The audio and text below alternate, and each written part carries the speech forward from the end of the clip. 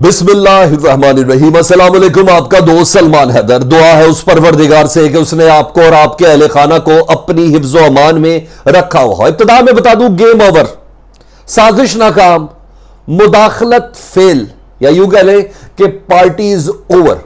कल मुल्तान के जलसे में इमरान खान साहब यौम तशक्कुर मनाने जा रहे हैं। यही नहीं, इमरान खान साहब ने जो एक और वर्ल्ड कप जीता है, जिसे कहते हैं ना आजादी वर्ल्ड कप, जी हां, उस सिलसिले में बाकायदा तौर पर अवाम को गैदर करना जा रहे हैं। होगा लॉन्ग मार्च, होगा इस्लामाबाद का जलसा, होंगे 15 से 20 लाख अफराद उधर इकट्ठे। लेकिन किस सिलसिले में? इलेक्शन की तैयारियों के सिलसिले में। इमरान खान आजादी वर्ल्ड कप जीत गए हैं।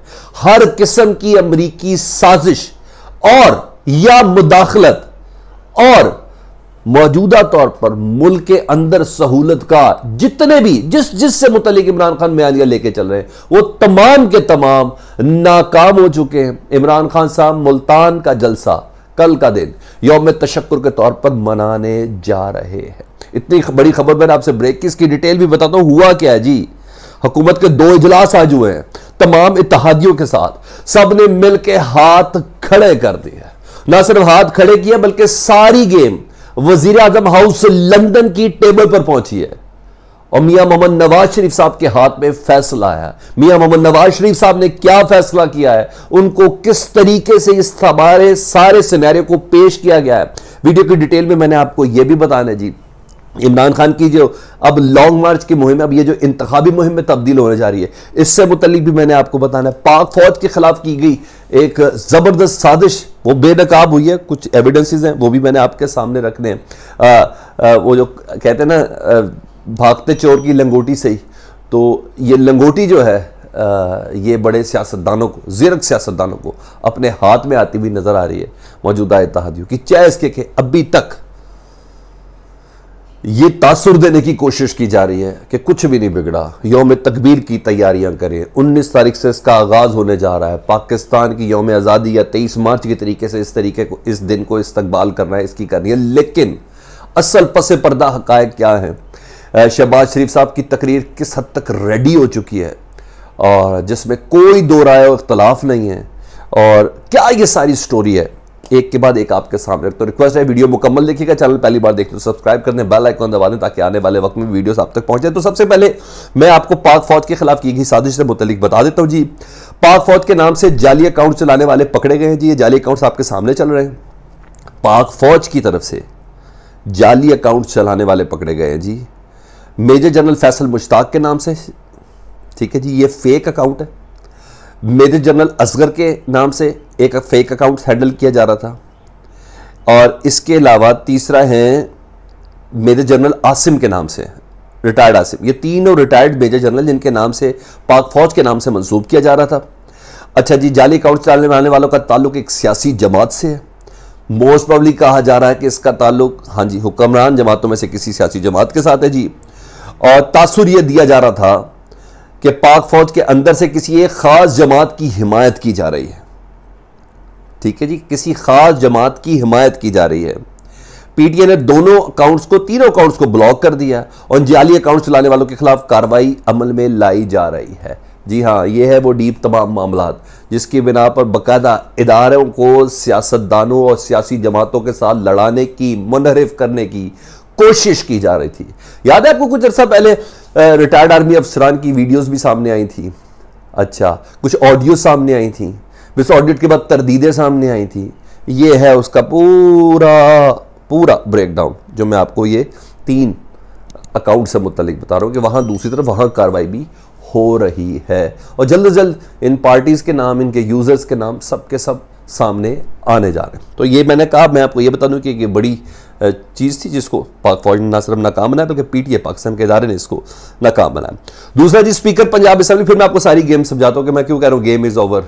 मुदाखलत नाकाम हो गई, साजिश ख़त्म हो गई, पार्टी ओवर हो गई। क्या चीज़ें मैं क्यों बोल रहा हूँ वो आपको बताता हूँ जी। स्पीकर पंजाब असेंबली परवेज़ इलाही ने कौम के लिए खुशखबरी का भी उन्होंने भी ऐलान किया जी। उन्होंने कहा जल्द बिल्कुल खुशखबरी आने वाली चंद घंटों में। कौम को खुशखबरी की खबर सुनाते हुए कहते हैं कि हुक्मरानों से बिल्कुल छुटकारा मिलने वाला है। शरीफों की फैलाई हुई नहूसत से जल्द जान छूटने वाली है। मजीद कहते हैं कि अब सारे भाग रहे हैं और भागते चोर की लंगोटियां ही सही। चौधरी परवेज इलाही कहते हैं दुआ करें कौम के हाथ में इनकी लंगोटियां जरूर आ जाएं। ठीक है जी। तो परवेज इलाही साहब को भी इससे पहले उन्होंने एक स्टेटमेंट दी थी कि ये दोनों जाएंगे किधर। एक इंटरव्यू के अंदर कहा था चीमा साहब और सालिक साहब, उन्होंने कहा कहीं नहीं जाते, ये इनको बर्बाद करके निकलेंगे। तो वो भी उन्होंने एक चीज़ कर दी, तो वो भी समझ में आ रही थी। और अब ये भी चीज़ें, अब आपको बताता हूँ हुआ क्या है, जिसकी बिना पे मैंने कहा कि अब तकरीर रेडी आज़ादी वर्ल्ड कप इमरान खान साहब जो जीते हैं ना, और वो किस तरह जीते। असल कहानी ये है जी, सुप्रीम कोर्ट ने जब कल नोटिस लिया, उससे पहले इदारों के ऊपर डाल रहा था कि हमारी इकोनॉमिक पॉलिसी जो है ना, वो इदारे मुक़्तदर हल्के, जी हाँ पाकिस्तान की इस्टेब्लिशमेंट, पाकिस्तान के न्यूट्रल हल्के, वो हमारी तरफ रहे। उन्होंने कहा जी हम नहीं कर सकते।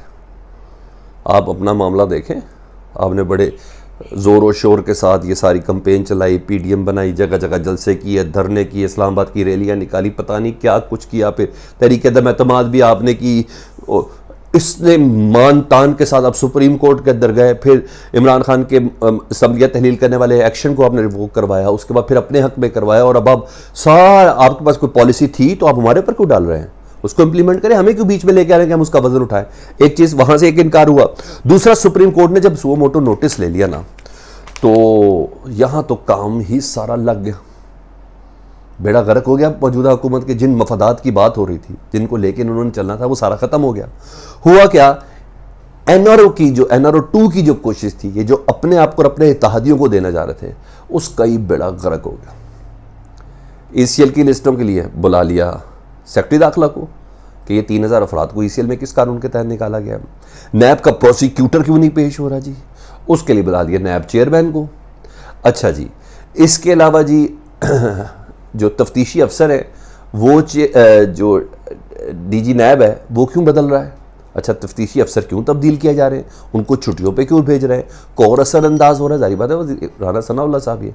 अच्छा जी, DGFIA को भी तलब कर लिया, अदालत ने नोटिस जारी कर दिया, जितनी भी ट्रांसफर पोस्टिंग है सबको फ्रीज कर दिया, कुछ भी नहीं होना जी, कुछ भी नहीं होना। 750 ट्रांसफर पोस्टिंग हुई है इन 6 हफ्तों में, 750, और ये तमाम की तमाम पोस्टिंग ट्रांसफरें उन मामला पे थी जहां जहां हुकूमत और उनके दादियों के हवाले से इन्वेस्टिगेशन चल रही थी। आज काट के फेंक दिया हुकूमती इक़दाम को सुप्रीम कोर्ट ने। अच्छा जी, फिर क्या हुआ जी, प्राइम मिनिस्टर हाउस में ये बैठे हैं जी, 2 इजलास जो है इत्तेहादियों के साथ। इत्तेहादियों ने कहा हमें भी कुछ समझ नहीं आ रहा, अब करना क्या है, कोई शॉर्ट टर्म पॉलिसी पे भी अमल नहीं हो सकता। हमारी क्या हैसियत रह जाती है कि सारा केस उन्होंने नवाज शरीफ साहब को पहुंचाया, उनकी टेबल पे, मैंने जिसको प्राइम मिनिस्टर लंदन कहता हूँ, लंदन के प्राइम मिनिस्टर के पास पहुंचाया जी। उन्हें कहा हम तो अपने आप को रिलीफ नहीं दे सकते। मियाँ नवाज शरीफ साहब ने कहा हम कोई केस नहीं अपना क्लियर कर सकते, हमें इतना बांध दिया गया है, इतना डिफेक्टो गवर्नमेंट हमारी कंसीडर हो रही है और होगी। मजीद उन्होंने कहा कि जैसे जैसे हम ज़्यादा वक्त गुजारेंगे, मियाँ नवाज शरीफ ने कहा, साहब ने कहा है, वैसे वैसे मुदाखलत बढ़ती जाएगी, या यूं कह लें कि कोयलों की दलाली में मुंह काला मजीद होता जाएगा। ने कहा सबसे बड़ी बात यह कि इस डिफेक्टो गवर्नमेंट का मजीद दाग लेने से बेहतर है कि हमारे पास इतनी इस्तात नहीं है कि हम FIA के एक सब इंस्पेक्टर की ट्रांसफ़र कर सकें। हमें इस तरीके से अदालत की तरफ से बांध दिया गया है इस सुओ मोटो एक्शन के बाद और इन नोटिस के बाद जो पहले दिन की हेयरिंग के ऊपर अदालत ने लिया है। हमें मुकम्मल तौर पर बांध दी कि एक वकील को हम अपनी मर्जी से हैंडल नहीं कर सकते, तो ऐसी हुकूमत का क्या फ़ायदा। तो इसलिए शहबाज भाई तकरीर की तैयारी करें, इलेक्शन में भरपूर तरीके से कूदने की आप तैयारी कर लें। तो शहबाज शरीफ साहब ने अपनी तकरीर के मुंदरजात रेडी कर लिए हैं जी, पूरी जिम्मेदारी से कह रहा हूँ, और जल्द अज जल्द इलेक्शन अनाउंस होने वाले हैं। क्योंकि ये तो पहले ही बहुत लान तान इस पर हो गई थी ना कि अवाम के रिलीफ के लिए कोई सख्त फैसला नहीं कर सकता, तो जो सख्त फैसला नहीं कर सकता ना उसको हुकूमत में रहने का भी हक नहीं है। ये कमज़ोर हुक्मरान कहते। इमरान खान जो भी करता था ना, फैसला करता था अवाम के सामने आ जाता था, फैसला करता था, गलत फैसले भी करता था, अवाम के सामने आ जाता था। कोई वापस फैसला लेता उसको यू टर्न कहते थे। इनके मैं 300 यू टर्न गिना सकता हूं। पेंशन, छुट्टियां, 1 मई से बिजली, पेट्रोल, डॉलर कंट्रोल, इकॉनमी देखें, हम क्या करने जा रहे हैं। एक एक दिन में 8-8 दौरे, 6 हफ्ते में 4 दौरे बैरून मुल्क के, पता नहीं क्या गिलास तोड़ा 12 ने। जी हाँ, तो शहबाज शरीफ साहब की तकरीर के मुंतजात रेडी हो चुके हैं और मियाँ मोहम्मद नवाज शरीफ साहब ने खुद कहा इलेक्शन की तैयारी करें, हम डिफेक्टो गवर्नमेंट बन के मजीद नहीं रह सकते। कमेंट सेक्शन में जरूर आगा कीजिएगा। अपना बहुत ख्याल रखें। अल्लाहुम्मा सल्ली अला मुहम्मद व आले मुहम्मद।